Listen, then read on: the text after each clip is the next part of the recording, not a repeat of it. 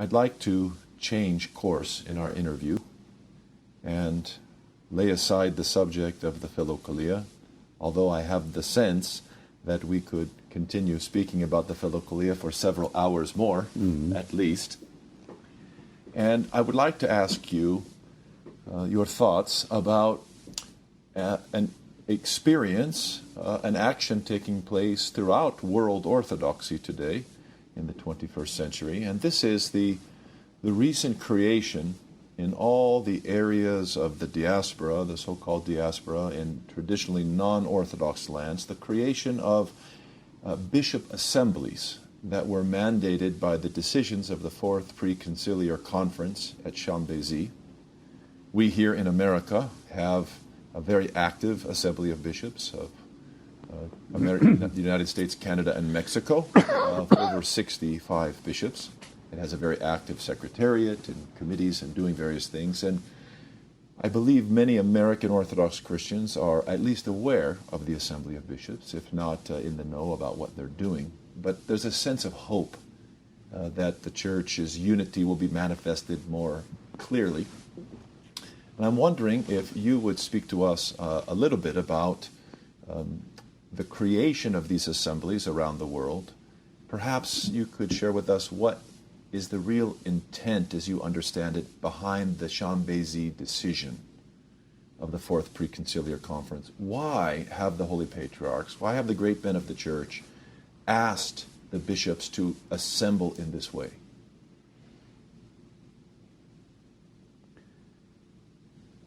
As Orthodox Christians, we believe that we belong to one single holy Catholic Church.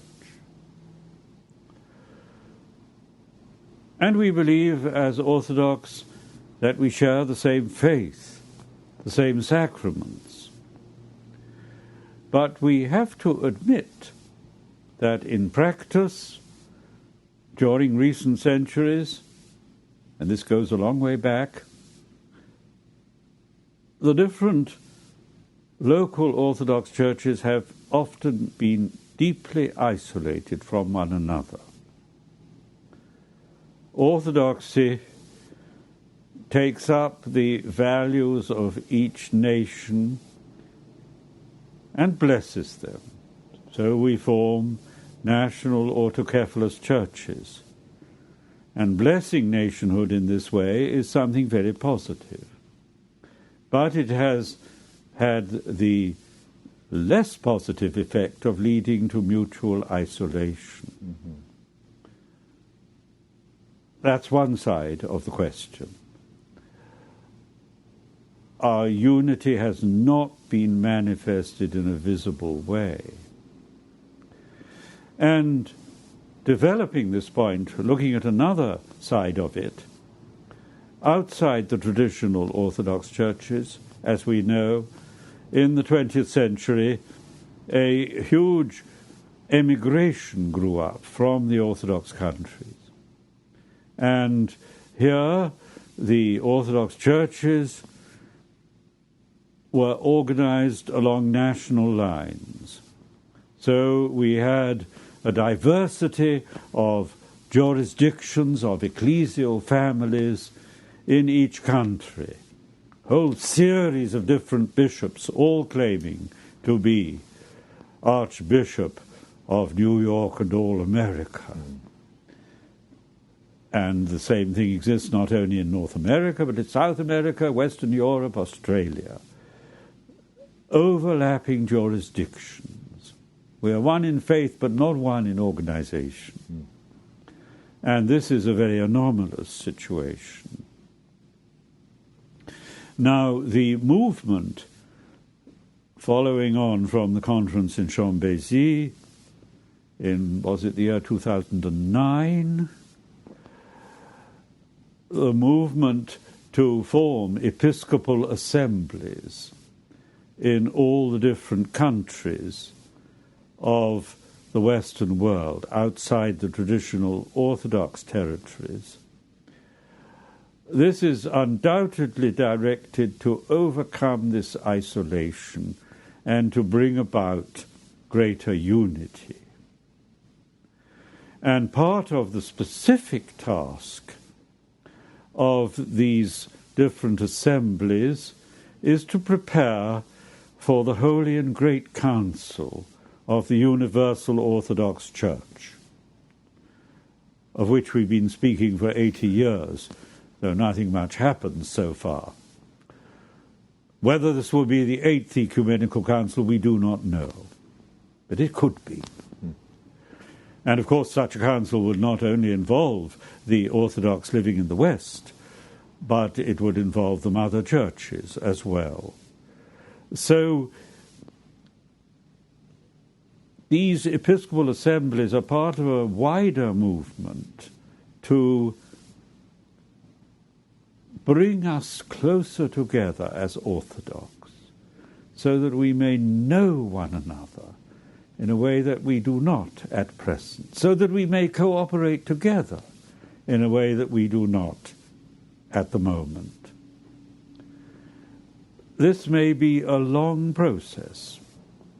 We need to be patient, though it should be an impatient patience. Mm-hmm. We must push things because there is an inertia which encourages us just to remain satisfied with our mutual isolation. But one may hope that these Episcopal Assemblies in the West, as well as preparing the way for the Holy and Great Council, will also lead in time, under God's mercy, to the formation of local autocephalous churches.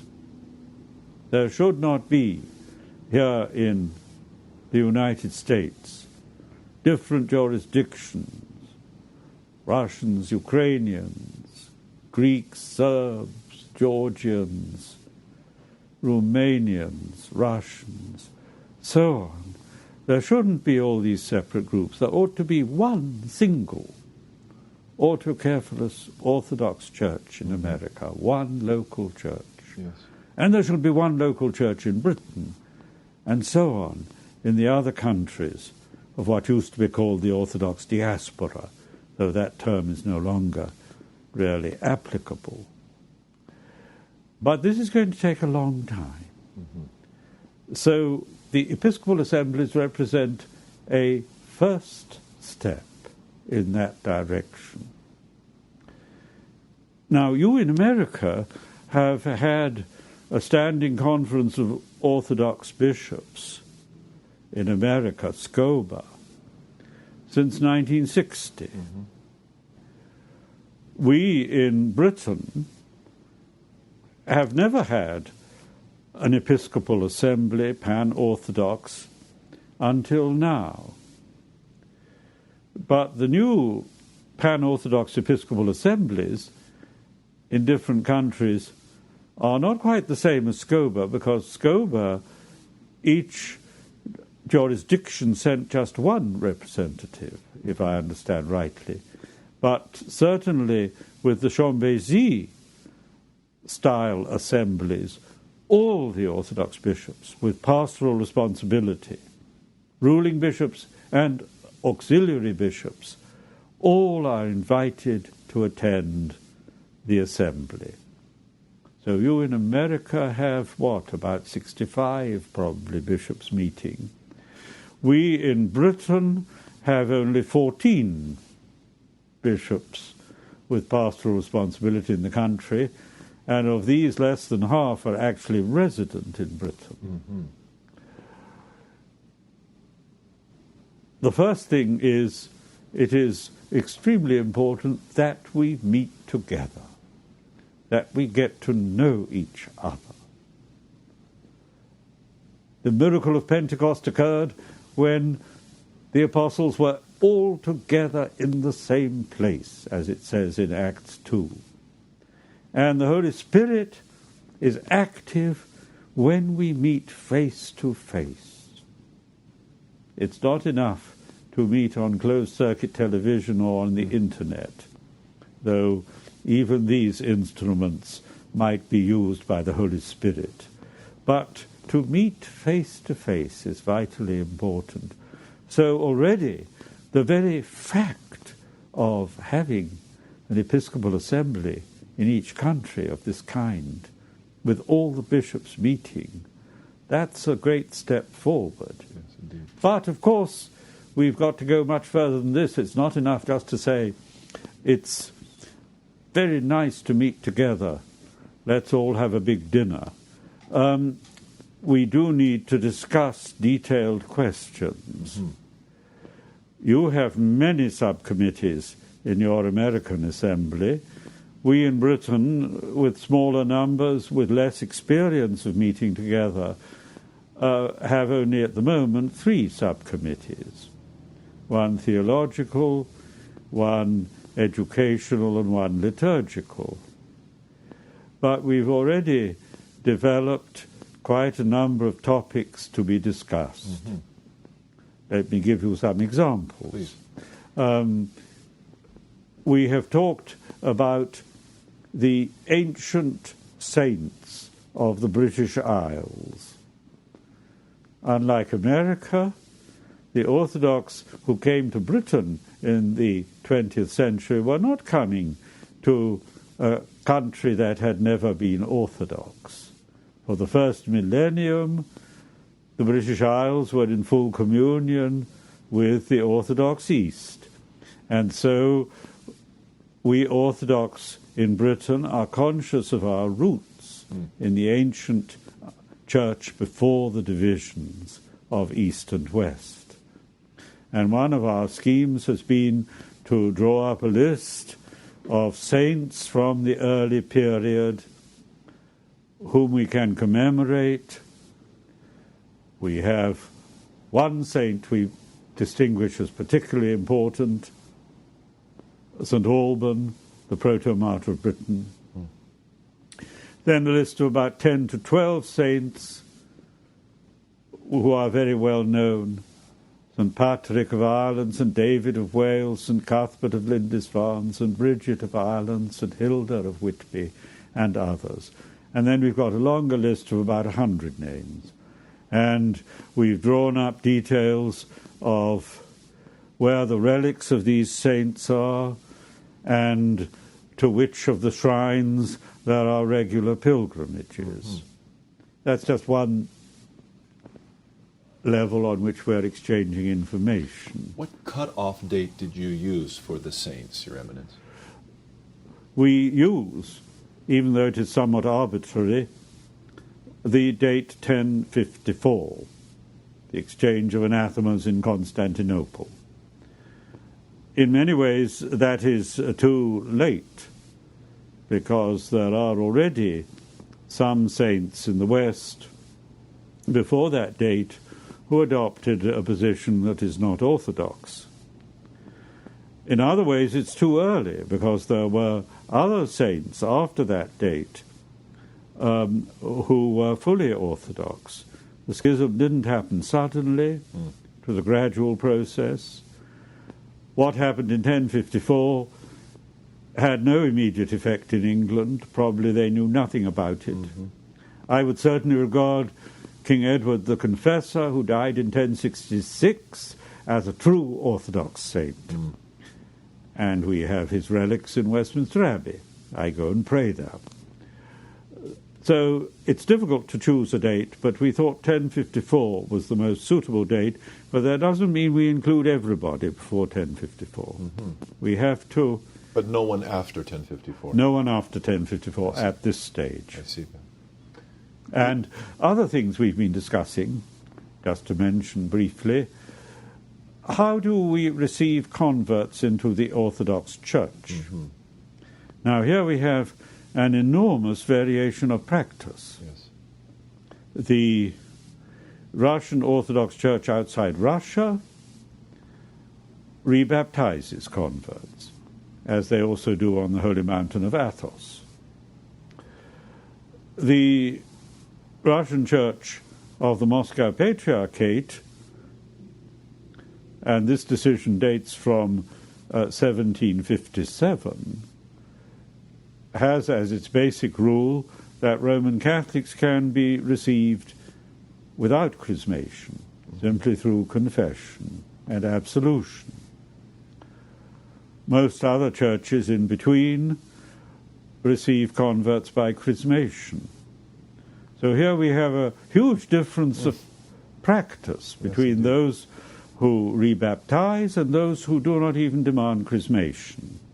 Actually, all the Russian parishes and bishops in Britain do receive by chrismation. I think they don't use the practice of Russia from the 18th century as far as Roman Catholics are concerned, and certainly other converts would be received by chrismation. And we've been asking, what forms of service do we use when we receive converts? And what kind of renunciation of errors do we require, if we do require such a renunciation? What profession of faith do we require additional to the Nicene Creed? And, of course, our Episcopal Assembly is not a legislative body. It is only for consultation. So we cannot tell each other what we must do. But let us at least start by finding out what we are doing. Yes, indeed.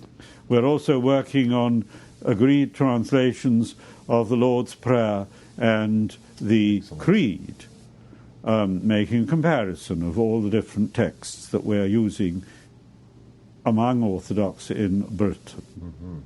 And, of course, it would be very good if we could all agree on a single translation of the Orthodox liturgy, but that's a long way off. So these are some examples of the kind of things that we've been talking about. Excellent. Excellent. Your Eminence, the Chambésy decisions, and here in America, our esteemed chairman, Archbishop Demetrios, the primate of the Greek Orthodox Archdiocese, speak about canonical anomalies. Archbishop Demetrios speaks often about the effort of the Assembly of Bishops to be canonical normalization. This is the language he uses. What does that mean, canonical anomalies? What are these canonical anomalies? Yes. Now, the greatest canonical anomaly is surely this. The Council of Nicaea, the First Ecumenical Council, meeting in 325, said there should only be one bishop in each city.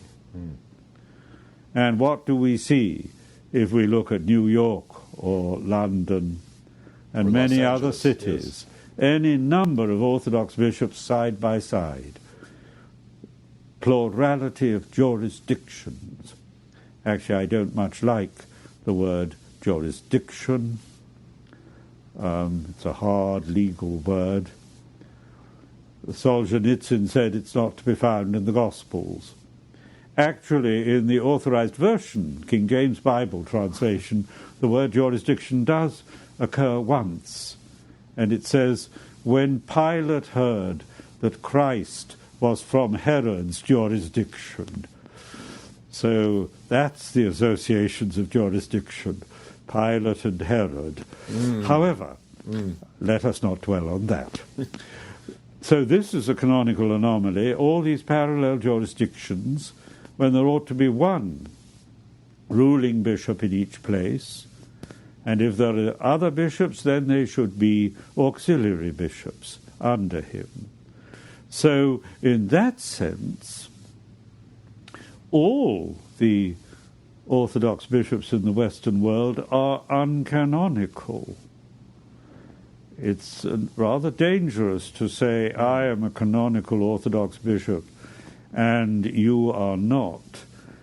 Should we not admit that as regards this fundamental, vitally important canon, we are all uncanonical? I think that is the greatest anomaly. But clearly there are other such problems. With the plurality of jurisdictions,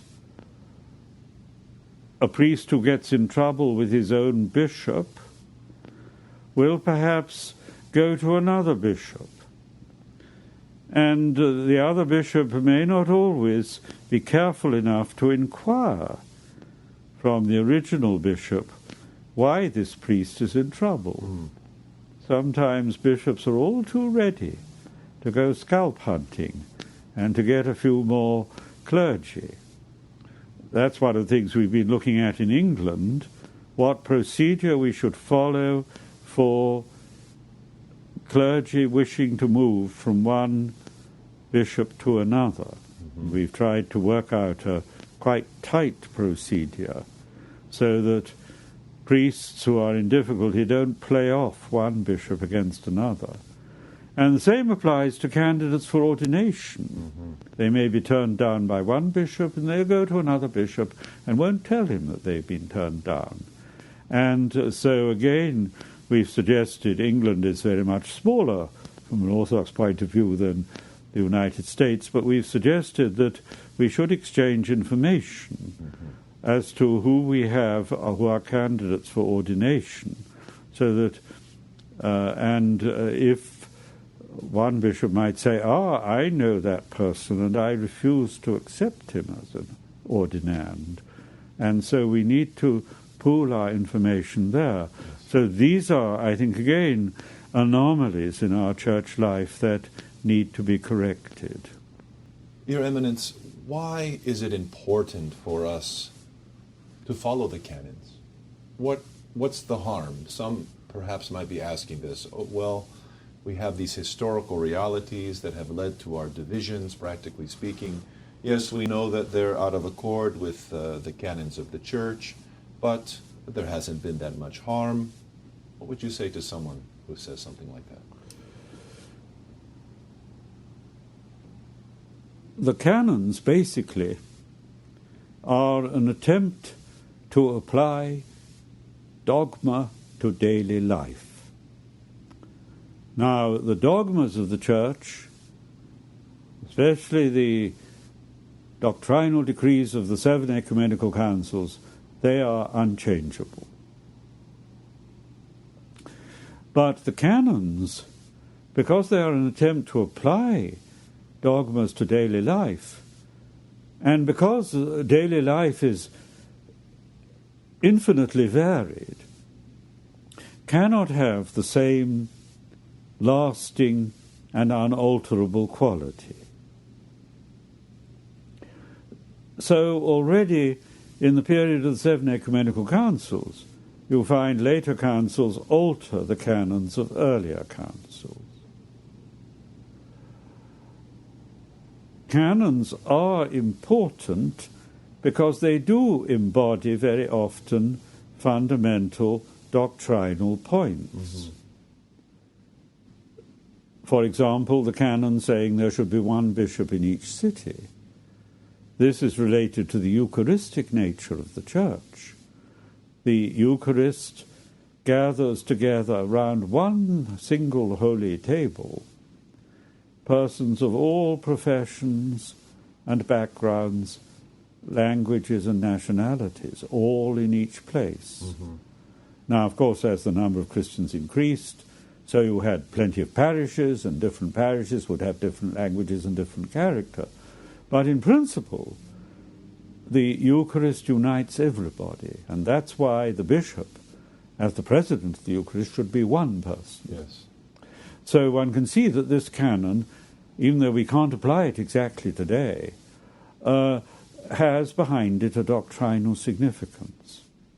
Other canons do not have the same significance and may reflect only a particular situation which is no longer applicable today. For example, there is a canon which specifies that Christians should not use the public baths at the same time as Jews. Well, I don't think that is so important for us today. Now, we Orthodox have never tried to make a systematic code of canon law in the way that the Roman Catholics have done. So what we have are canons of a great many ecumenical councils and local councils, as well as canonical decisions by particular bishops. And all of these are relevant for our church life. But we have also a principle of great importance, economia, economy. Now, economy means that there may be situations where it is not pastorally helpful to apply the canons literally, and where you can allow a certain relaxation. In certain instances, it might be that you made the rules stricter, but usually economy is exercised in the direction of leniency.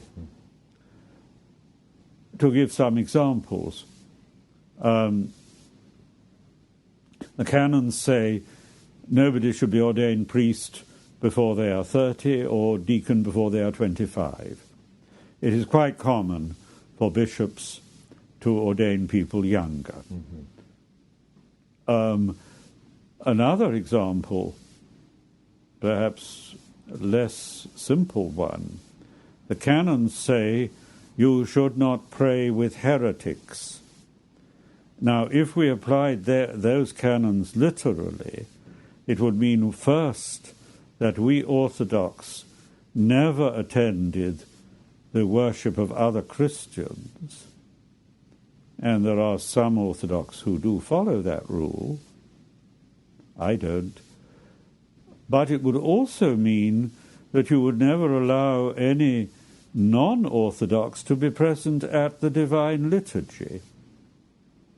And no Orthodox church applies the canon in that way. I would say that the rules which are very severe on relations with those whom we call heretics or schismatics are not applicable today when Christians in all sincerity are seeking unity, and that we can therefore exercise leniency, though we cannot have communion with the other Christians. We can sometimes pray with them.